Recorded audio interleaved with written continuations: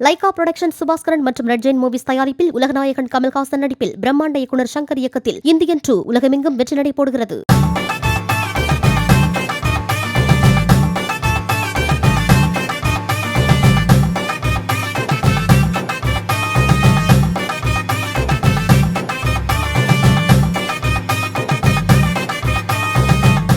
உளுந்தூர்பேட்டை அருகே உள்ள எம் குன்னத்தூரில் 3 ஆண்டுகளுக்கு ஒருமுறை நடக்கும் அய்யனார் கோயில் முப்பூசை திருவிழாவில் 5000த்திற்கும் மேற்பட்டோர் ஒரே சமயத்தில் பொங்கலிட்டு வழிபட்டனர். முன்னதாக படையலுக்கு தேவையான பூஜை பொருட்களை குண்டா சட்டியில் வைத்து அதனை தலையில் சுமந்தபடி அய்யனார் கோயிலுக்கு ஊர்வலமாக சென்றனர். பொங்கலிட்டு அய்யனாரை வழிபட்ட பின் தலா 2000 ஆடுகளையும் கோழிகளையும் பலியிட்டு அவர்கள் நேர்த்திக்கடன் செலுத்தினர்.